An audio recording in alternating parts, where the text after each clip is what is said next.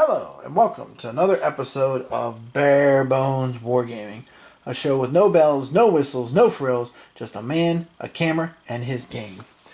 On this episode, we are going to be taking a look at the game Hands in the Sea, designed by Daniel Berger and published by, you can see there, Nightworks. Came out a couple years ago, 2016, I believe, if I remember correctly, and it is a game that covers the First Punic War, 264 to 241 BC. And if you want to know what the First Punic War was all about, let me just put it to you this way. Let's zoom in right here. Sicily. It was all about Sicily. Fighting over Sicily. Now, this game is a deck builder. You know, I'm sure some of you have heard deck builders with other games. I play some deck builder games myself, like Legendary, and I use some of the adjustments and stuff, solo rule-wise, that I use with that game in this game as well, too. Now, this game, granted, plays much better as a two-player game because there are certain elements of bluff to it and planning, what you're holding in your hand and stuff. I try to mitigate that some, and I'll go over that as I go through this gameplay. So, again, as always, going to jump right in with the process. Okay, I will say one thing I do like about this game a lot is the player aid cards are really awesome. Because once you go to the rule book there, you know, there's the player around sequence, and then you've got all the actions, basically given in a nutshell, the kind of different things you can do. Same thing on the back, you know, all the other actions, and then you got the campaign sequence, you've got end of game conditions, you've got everything really nicely summarized on these cards. So the cards are terrific for playing this game. Now, again, as I've done with some other games that I've showed you, I'm not necessarily going to always make the best moves. I'm going to be making moves to show you, you know, how the game plays, the different aspects, different things that can happen in the course of the game. So, we're going to start the game here with our two sides, Rome and Carthage, and each side has their own board. So we'll take a look at that here. And as you can see there, and again, I use this, there's some things I didn't leave on here because with the sleeves, because I like to sleeve my cards, especially when there's fewer cards. It makes it easier to shuffle. But you can see a couple spaces here we'll go over as we go through things. The Roman and Carthaginian space. There's a strategy space. You've got your Empire deck, which is actually this stack of cards here. And there's different cards that, notice the blue border because they're all Carthage. They're all your particular Empire cards that you can draft and put into your deck. And you have draw deck, you have your discard pile, and you have a reserve, which is really cool because you can unleash your reserve at critical moments and bring them into your hand and thus into the game. So each player, every single round, gets 5 cards. And each game turn is made up of a set of rounds. Now the rounds, each one basically players can take 2 actions, except for the very first round that each player does in the game. You can only take 1 action. That's it. Okay? So, basically you're trying to rack up victory points. Victory points by expanding, settling locations. You can also rack up victory points by winning battles and gaining prestige for further on down the road.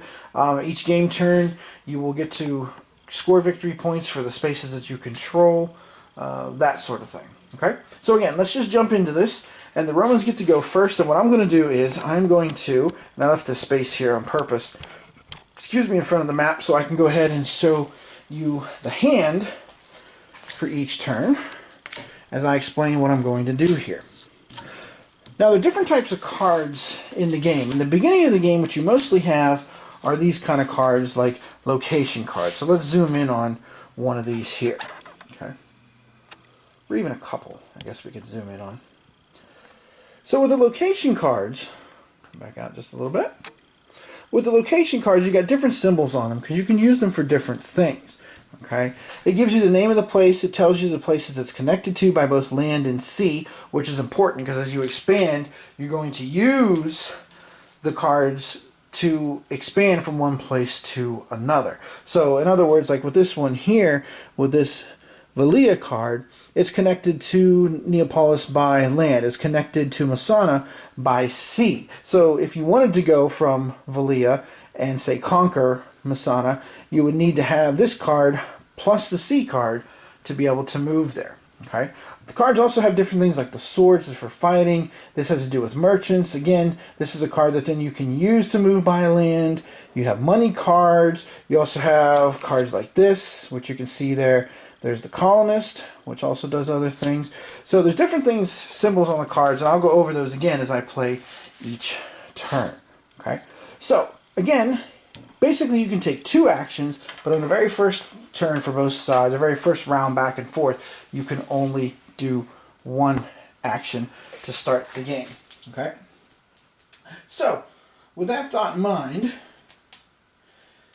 the Roman gets to go first, okay, and take 1 action. So, what I'm going to do here as the Romans is, I'm going to take a look at the situation, and I start with 5 coins, and I have no warships. So I'm going to go ahead and do, and again, all of this is on the cards.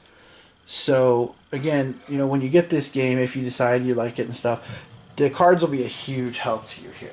Okay. So basically, I'm going to build a fleet. To build a fleet, I need to have a card with a colonist symbol on it, and I've got one. Let me zoom out here. I've got one right here. Okay. And then I have to pay 3 silver. So I take that card, put it in my discard pile. I pay 3 silver basically to the bank, and then I get to increase the strength of my warships here on the map. And that's that.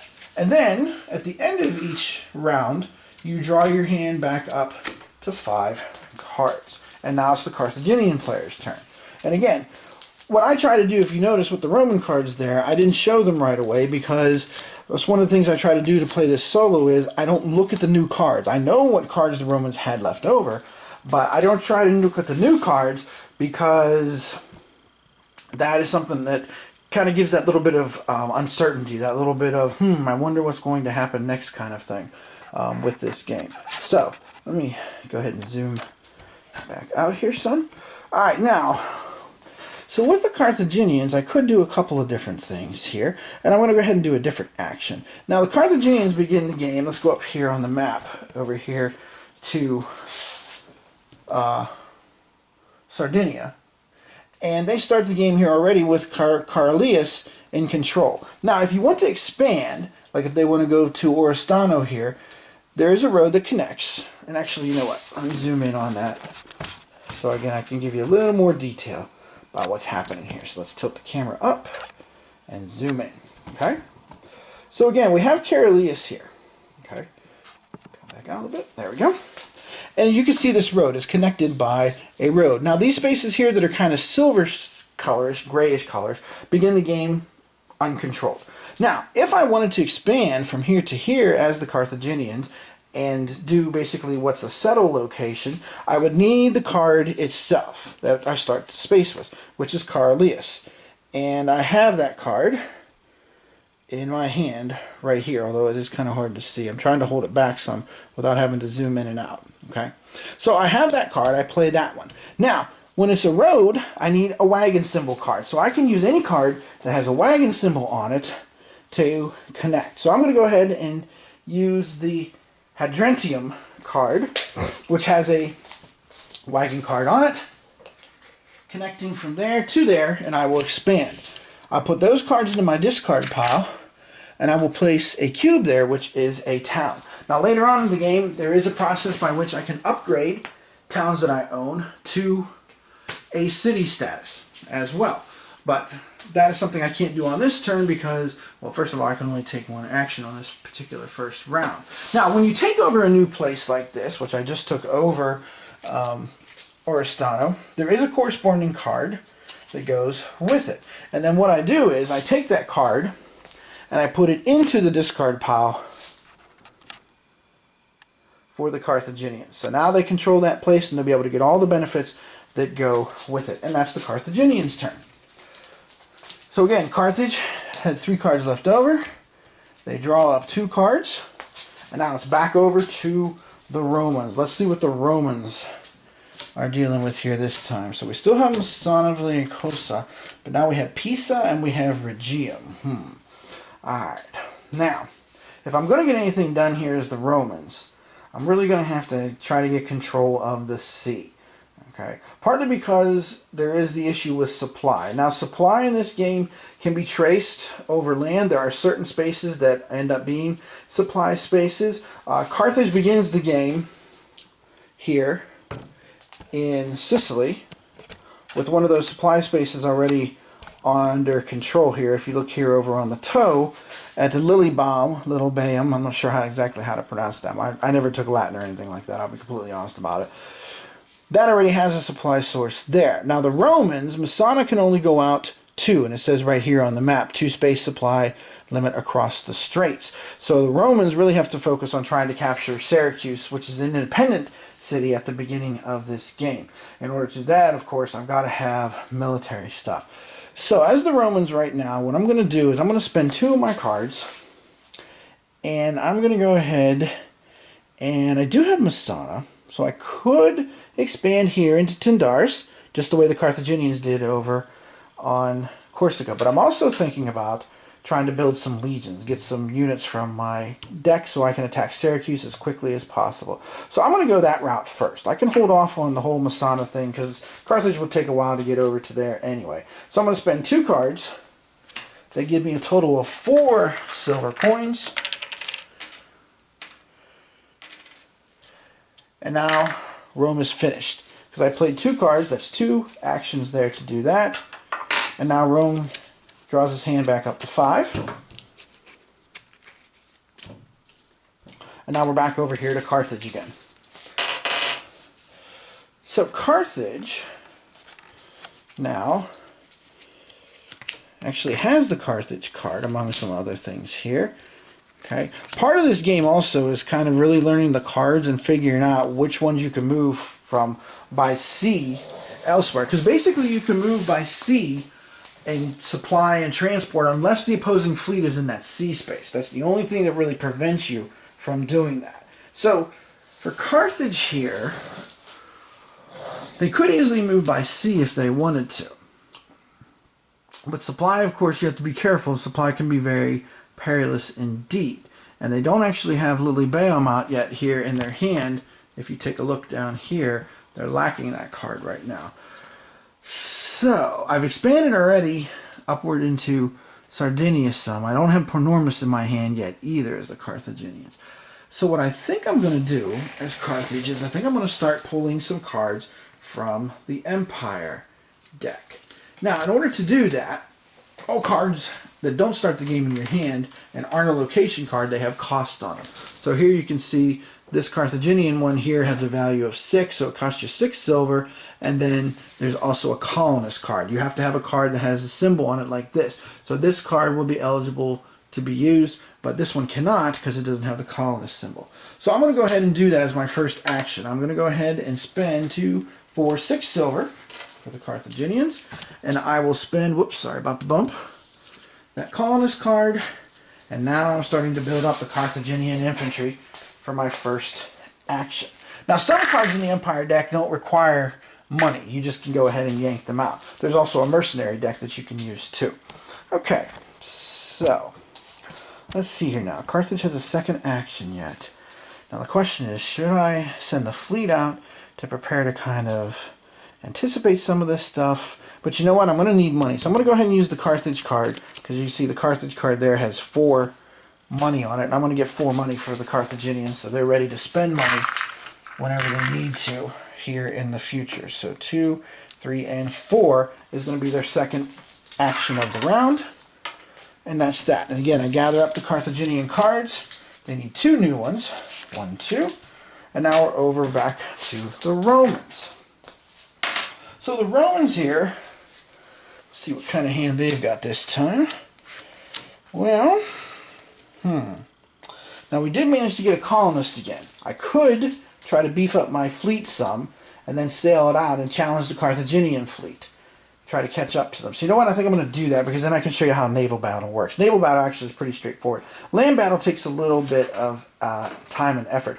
This game is mostly a diceless game. Dice are used very rarely for this game, mostly for random events, and then basically naval battles is the other big thing that the dice are used for. So I'm going to spend 1 card and 3 silver from the Roman pile, and I'm again going to increase the Roman warships by 1.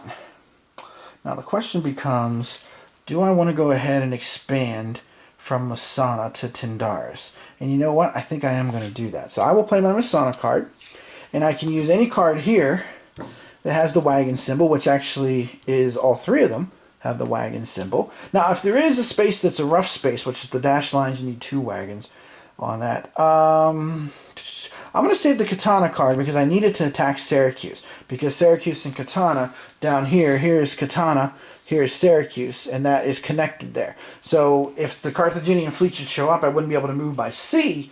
I'm going to go ahead and use it that way. I do find land connections to be a better move in this game. Now, that, again, your mileage may vary, but I'm just saying what I have experienced. So I'm going to go ahead and use this coastal one instead. That, well, you know what, actually, no. I'm going to use the Valia one. I want to save the coastal one because of the money. So, Masana with the wagon. Sounds a little bit like Clue, right? Mr. Green in the study. And I will take over Tindaris and put my little town there. And again, I go here to the deck of cards. That's all the Syracuse locations that have not been, or I'm sorry, Sicily, not Syracuse. All the Sicily locations that have not been conquered yet. And I find that particular card and put it in the Roman discard pile. So, Rome's 2 actions are done. They draw 3 more cards. And now we're back over to the Carthaginians. Not to sound like George C. Scott and Patton. The Romans, the Carthaginians. If you've seen that movie and know that scene that I'm quoting there. Okay, now, I do have Lillibomb in my hand, so I could go ahead and grab Heraclea if I wanted to.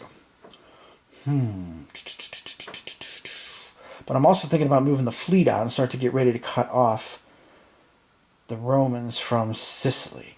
But you know what? I'm going to go ahead and settle Heraclea first because there's going to be points being scored here soon. So again, I'm taking a card connected to the space and using a wagon symbol. We'll use this one that has only a 1 coin value on it. And the Carthaginians will move in on Heraclea. And again, if I'm mispronouncing these, my apologies. So that's 1 action. And again, I use these dice just to remind myself. Because a lot of times playing solo, you kind of have to do that. You have to have a way to remind yourself of what you did, what you didn't do, what's going on. Let's see. What else should I do with Carthage? Because I like some of these cards.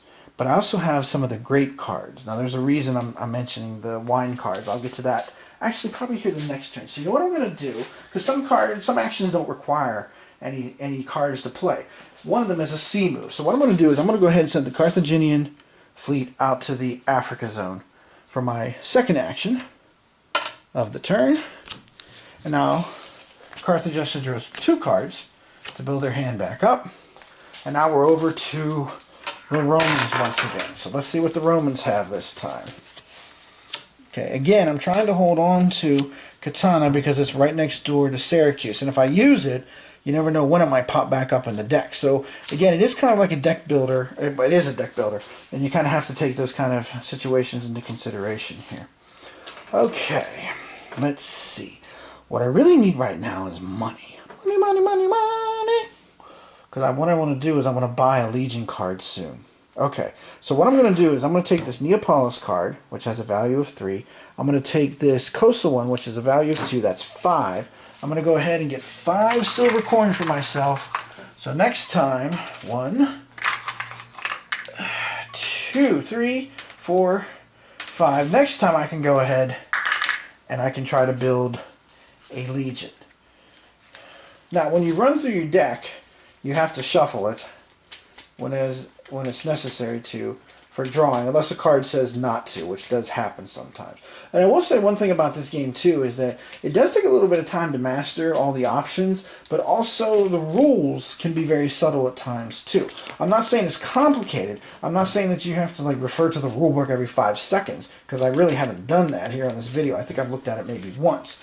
But what I am saying is that, you know, you do kind of have to get a couple plays under your belt so you learn to master everything that's going on here. Alright, so here come the Carthaginians again. So we got Thapsus. Let's see, what else do we have? Utica, Hippo. Here's the merchant card that I was looking for, because I want to beef up. And there's Panormus. So now, or Panoramus, or Panormus. That seems like Panormus to me, so that's how I'm pronouncing it. Okay, but what I'm going to do is try to fill the Carthaginian coffers so I can buy some more stuff, mercenaries and other things, before I start expanding again. So I'm going to play this merchant card, which says discard any number of cards that have a wine symbol. Collect 2 silver for each one that's discarded with a wine symbol. Well, there's 2 here, and this is a nice way to get through your deck as the Carthaginians. There are 2 there with wine symbols, so the Carthaginians will pick up 4 silver for that.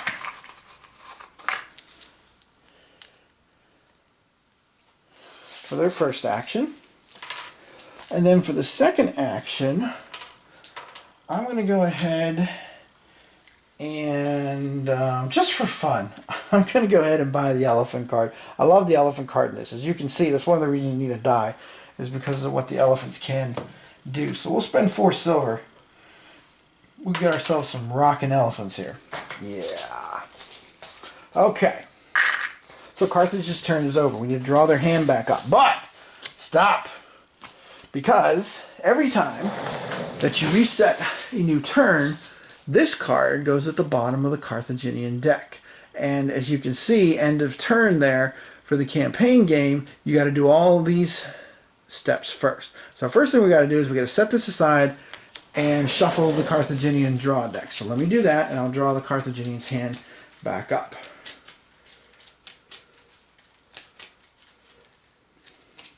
And again, I'll just mention as I'm doing this here, this is a fun game of the Punic Wars. I enjoy it. I like it. It's a game that comes off my shelf every once in a while. This is the first time I've played it in almost 2 years. Last time I think I played it was December of 2016, if I remember what I saw on Board Game Geek.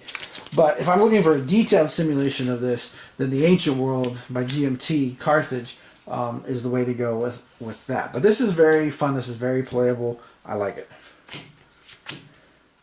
2, 4, so we build their hand back up. And now we're going to follow all the other steps that are here on the card. So now we're going to draw and resolve a random event card. So let's see what the random event has to say here. And the random event card says Rebellion. Okay. So first we got to find out who affects. So again, this is why you need the dice roll, or you need dice here. And per the request of one of my viewers and one of my subscribers, here comes the dice tower so you can see the roll. It's a 6, so this is going to affect Rome, because anything on a 5 or 6 affects the Romans. So turn over the top card of your draw deck until a location you control is revealed. Alright, so that's Therai, okay? Remove its cube and fortification marker. Well, that sucks. Where is this at? Oh, this is way over here, man. Not cool. Okay, it's not a battle location. Turn 11, nope. No, that kind of stuff there. So now I'm going to have to spend time basically taking this place back over again. Yeah. So I'll have to spend some time and effort working on that. Well, that's no good. Alright, now collect income and victory points. Well, income basically comes from cities, and in the beginning of the game, each side has 2 cities. Romans have Carthage, Carthage. The Romans have Rome and Neapolis, and the Carthaginians have Carthage and Utica. Utica? One of those pronunciations is hopefully close to the mark.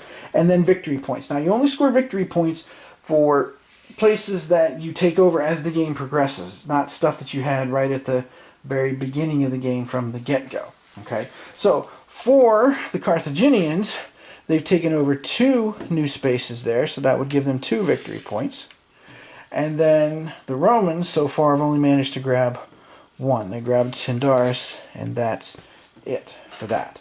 Now, there are strategy cards here in the game as well, too. I have them way at the top. Let me see if this is going to work. Is this going to work?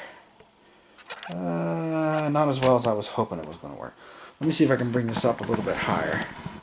And see if I can now angle this just enough. Hopefully you can see there a little bit. These 3 cards here at the top that I'm talking about here. These are the strategy cards. You can buy them in the game. They have different values of them. Each turn, when a new turn comes with the Carthaginian campaign card at the end of their deck, then you get rid of the one that's the furthest to the right, slide everybody over, and you flip over a new one. So that's all you have to do with that. And then we advance the turn marker, which is up here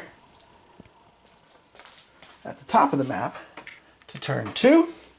And then the last thing you do is you take this card that we've just been going over together, and you put it on the bottom of the Carthaginian deck. Because when that card is drawn by the Carthaginians, then you have to resolve it right off the bat. Now, sometimes as your game progresses and you get certain cards, you can put cards on the bottom of your draw pile. What I do playing solo for that then is I basically turn that campaign card sideways then to remind myself of where it is. So when it's drawn, because like I said, I don't look at the hand because I think that makes it a little more fog of war, because you're not sure exactly what the new cards are that you drew, especially the more cards you use in a turn. The more cards you have to draw, the more uncertain you are exactly what's lurking and what's hiding under there in the hand. Okay, so let's keep on moving here, and we'll keep on cruising along, and I'm going to try and set things up here shortly to kind of provoke a battle here between the 2 sides so you can see the battle process as well. So here comes the Roman cards here. Now, of course, I got to worry about this rebellion issue too. Yeesh. I mean, that's, yeah, that's no good. All right. Let's see. Well, I haven't got Tindaris back. Otherwise, I would try to expand and try to come close to Panormus and try to capture that. That would be great if I could do that one there. I don't have Masana back yet either.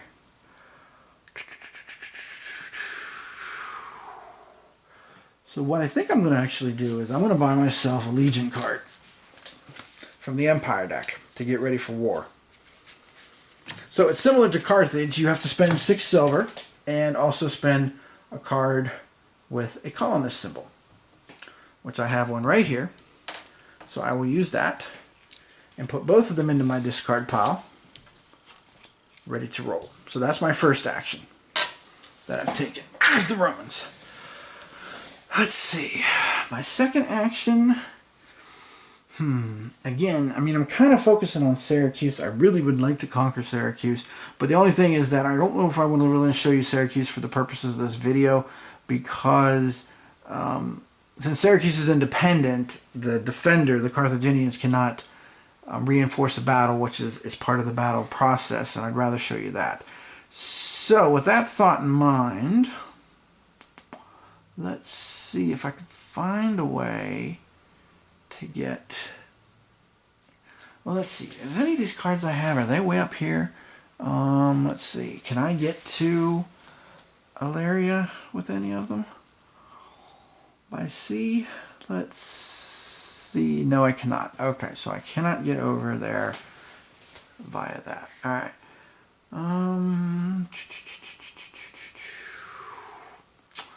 Alright, well, you know what? I'm just going to go ahead and I'm going to get myself some more coins so I can get some more Empire cards, which is where you mostly get most of your fighting cards from. So that's the second action for them. And there's 2 cards there. And now we go back over. Whoops. I bumped that again, didn't I? I see that. And we go back over here to the Carthaginians. Let's see if I can get the Carthaginians expanded. Yes, I can. Okay, so we've got Panormus. Great. But then, of course, we'd have to go through the deck to try and get that expansion, unless I get the fleet over there and grab control of Sicily. Although I could still do it even without that.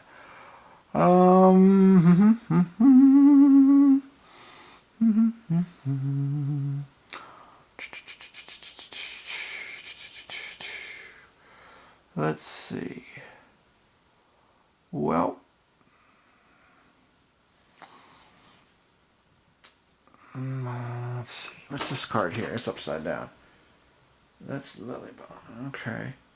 Which can be connected by the C by Agrigentum, and I do have a C card here. So I could grab that space too and try to expand, but again, you know, I'd like to show you land combat. So what I'm going to do is I'm going to go ahead and I'm going to play Panormus. I'm going to play Thapsus, which is a land connecting location, and I'm going to go ahead and take over that town there. And then I will add that, of course, to my discard pile. And then with my second action, I'm going to go ahead and move the Carthaginian fleet out here into Sicily so they're ready to fight and battle the Roman fleet here shortly. Alright, back over to the Romans. Now, the Romans, if I have Tyndaris come up, I can go ahead and launch a battle here. So far, no luck. Okay. Let's see now. Okay, I want to get some of these cards out of the way, though, too. So 2, 4, I got 5 coin. Okay, let's go ahead and let's do this. Well, let me put the cards down here so you can see what's going on, what's happening with the decision making.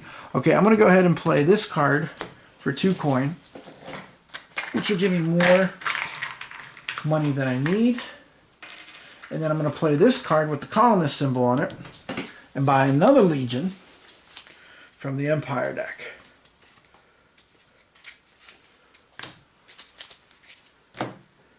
Because, of course, we all know the Roman legions kicked major butt. They were awesome.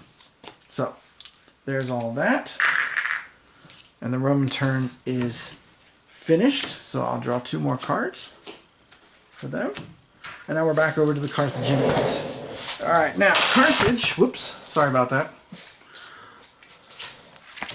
Let's see. Alright, now what do we got here for Carthage? I could go ahead and sail to Agrigentum. I do have a fleet card. I could quickly settle that. Let's see. Should I do that?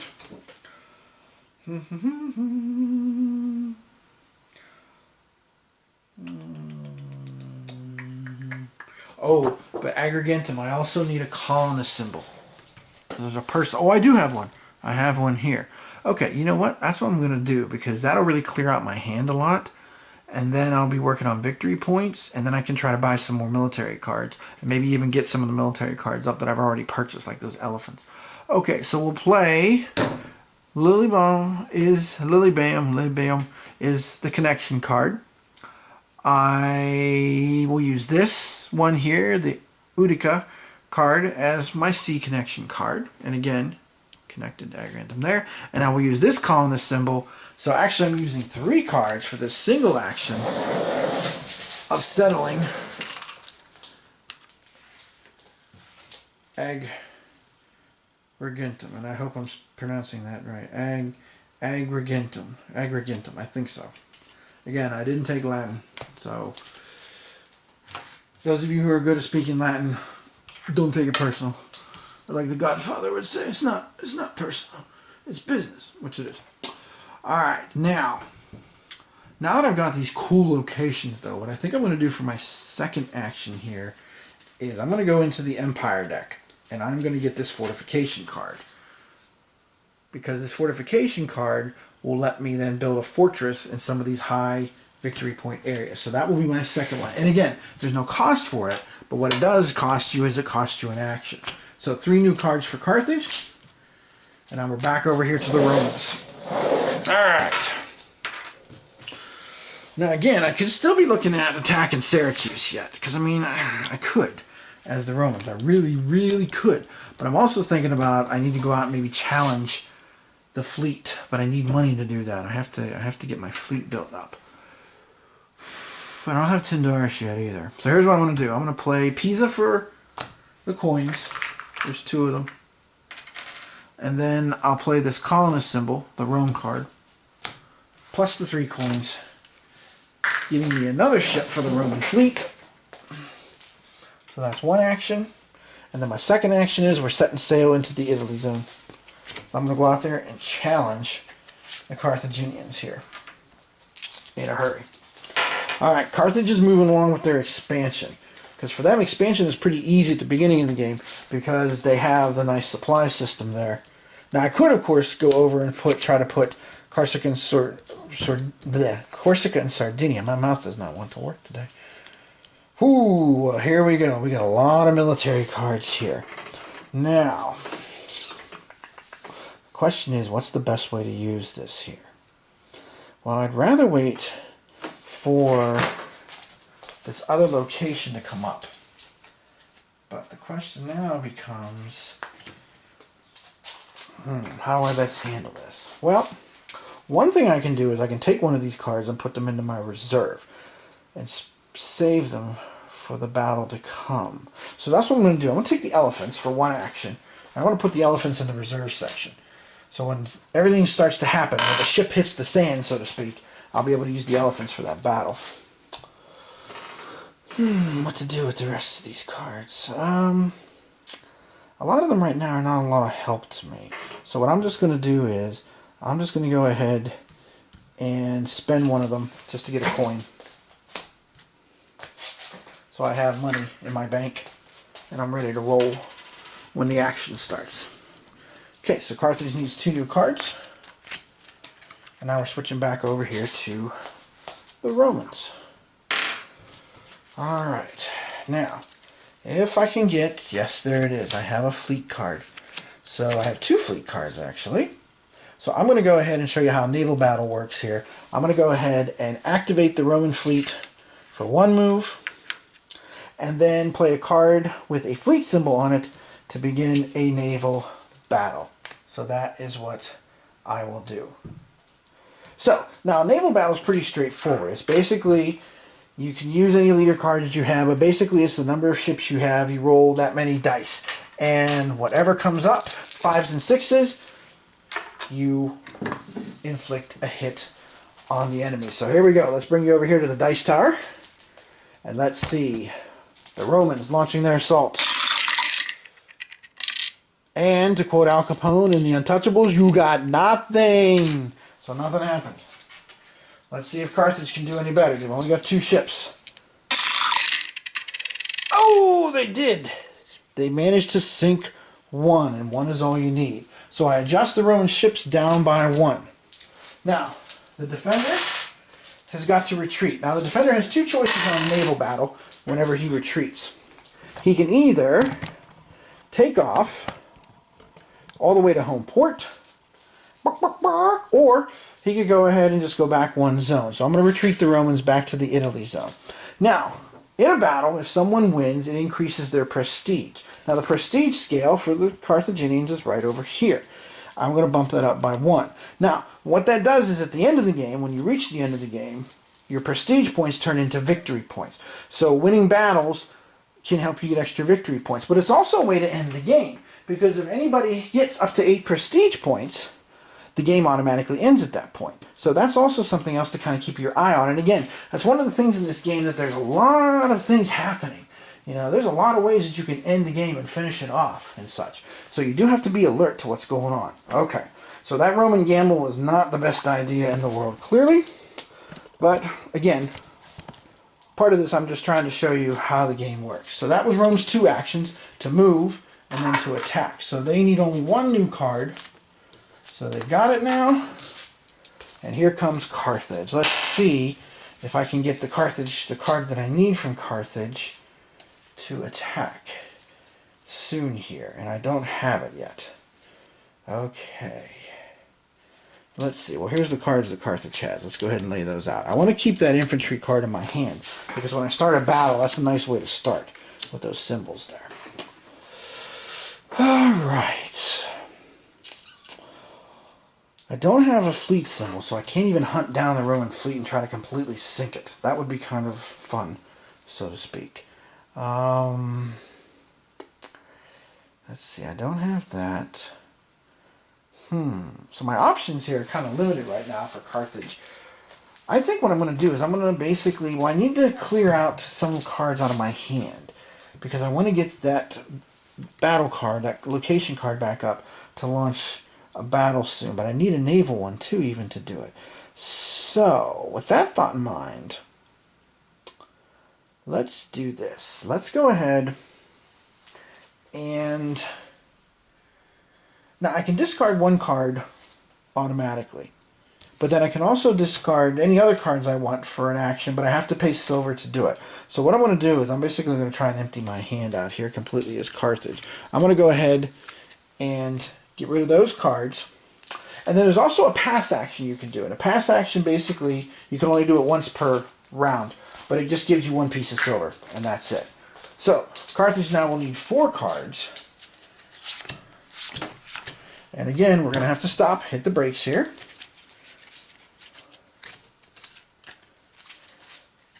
So let me shuffle Carthage's deck.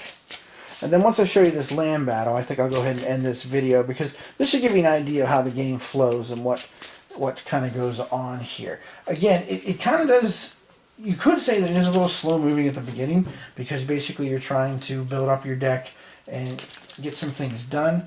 You may not take some of the risks that I did here early on, sticking your deck out so far. But again, for the purposes of this demonstration, that's why I'm doing that. Okay, so there's 4. And you know what, I think I'm going to do, just so I can show you, I'm going to kind of rig this a little bit here, just for the purposes of demonstration. Because again, I think I've shown you a lot of the game already in this video. So there it is. I'm going to go ahead and make sure that's the card that's coming out next for the Carthaginian deck. But let's go ahead and let's do the rest of this here. So the random event this time, Storm. Okay, let me swing this over. Here comes the die roll. You ready? It's a 1. So it affects Carthage. Destroy half your warships rounded down. So, if not, in port. So Carthage actually goes all the way down to 1 warship. As the dude would say, that's a bummer, man. Okay, collect income in VP. So again, both sides have 2 cities because that's the big way that you get your money here is from your cities. So that's another reason you want to develop cities at some point. And then victory points. Carthage has 1, 2, 3, 5. They picked up 5 more points this time. Whereas Rome only picked up 1 because Rome has been spending so much time trying to capture Syracuse. But you know, I mean, that's one strategy you can do for this here. Speaking of strategy, we need a new strategy card. So the Romans did not buy one, and nobody has really bought one in the game. Turn marker advances.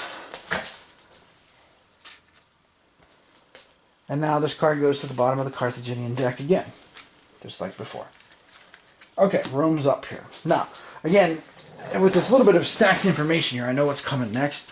So for the Romans, I got a problem here. I don't have too many battle cards. Now you can see a couple of these cards have the cross swords on them. You can use them for fighting purposes. So I do want to save them, but the only problem is if one of them is Thurai, I can't use it because since it's not occupied, it's not settled, it's basically a dead card in my hand.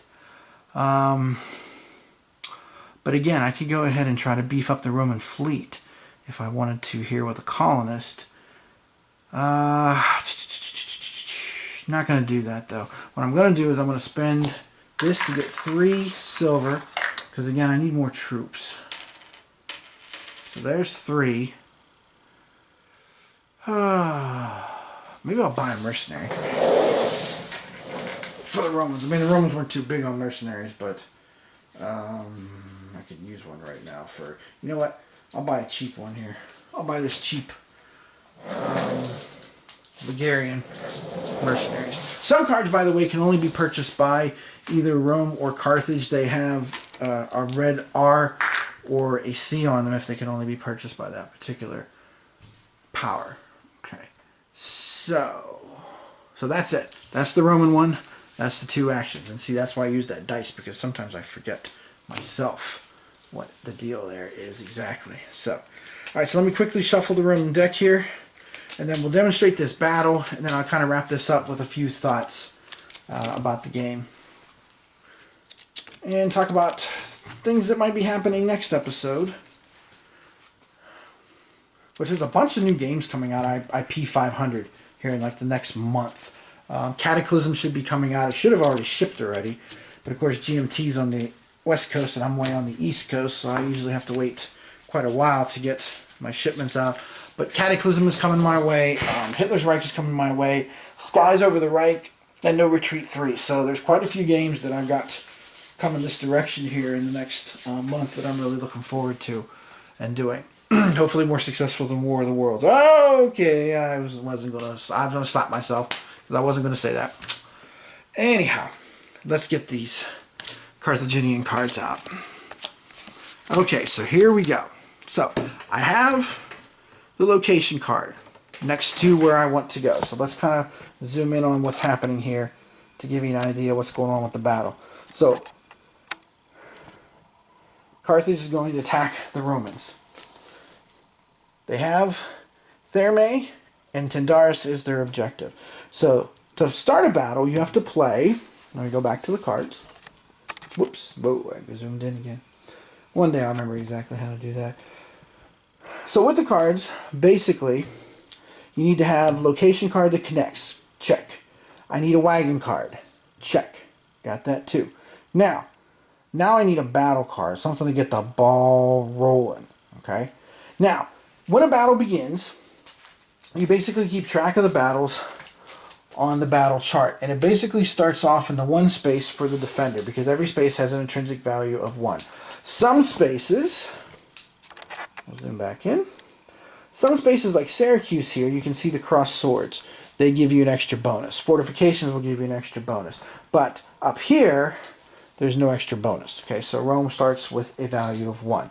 And when you launch your initial attack, you can go ahead and play a card in your hand to help you do that. So let me zoom out here a little bit. I'm going to focus. Whoops, again, I did it the wrong way.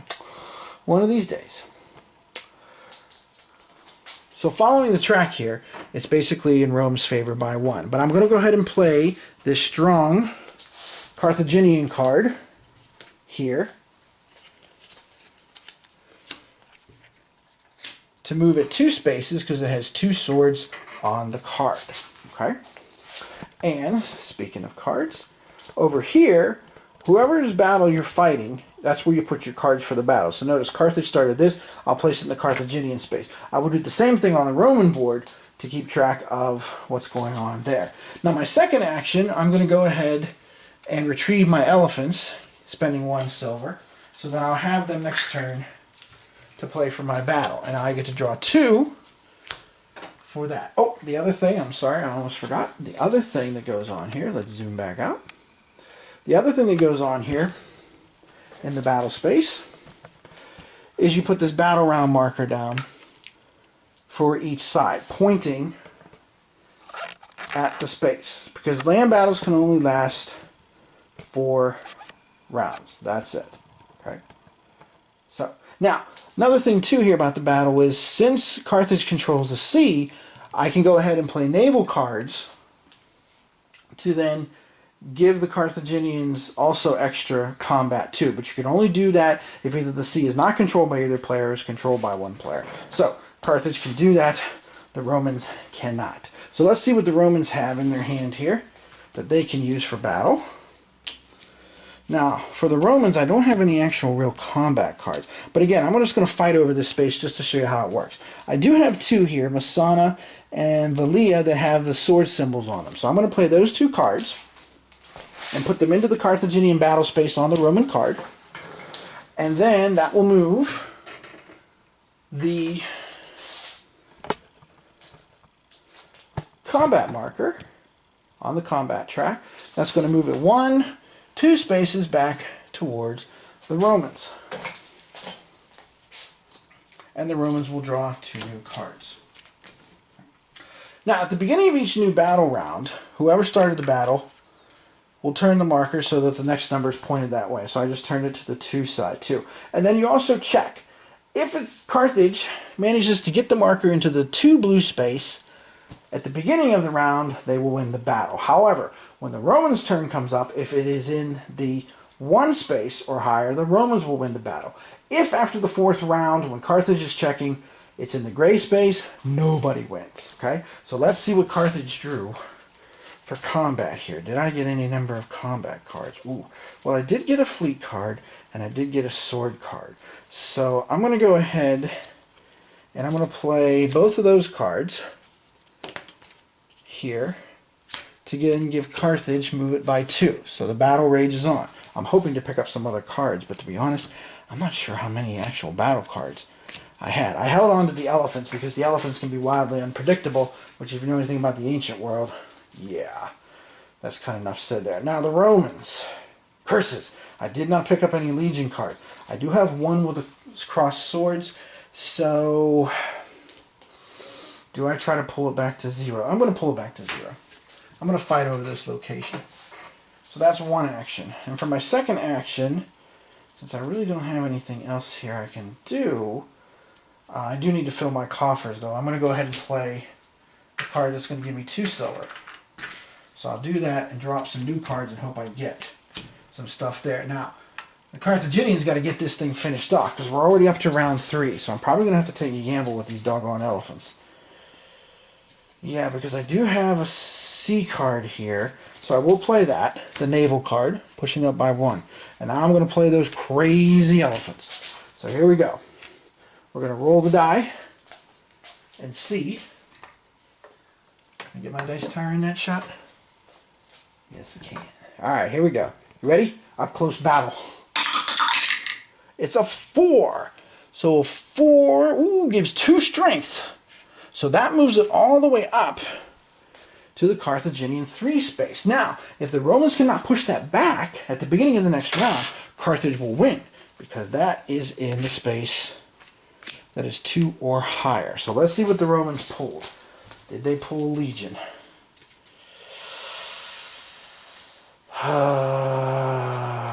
No. Oh, there's no sword cards either. Curses. Alright, so Rome did not pull either one of those. So, that means at the beginning of the next Carthaginian turn, Carthage will end up winning the battle, which means a couple of things will happen. And I'm just going to go over those things here just to kind of wrap up the video for you here. So let me find where we're at. There we are. You can see the little battle marker there. So what would happen is a couple of things here. First of all, they would capture the Roman town. Now they can replace it with one of their own, unless there's a colonist symbol, and you would need a colonist card to do that. But that does not happen here. They also gain another prestige, so that's 2 victory points for later on in the game.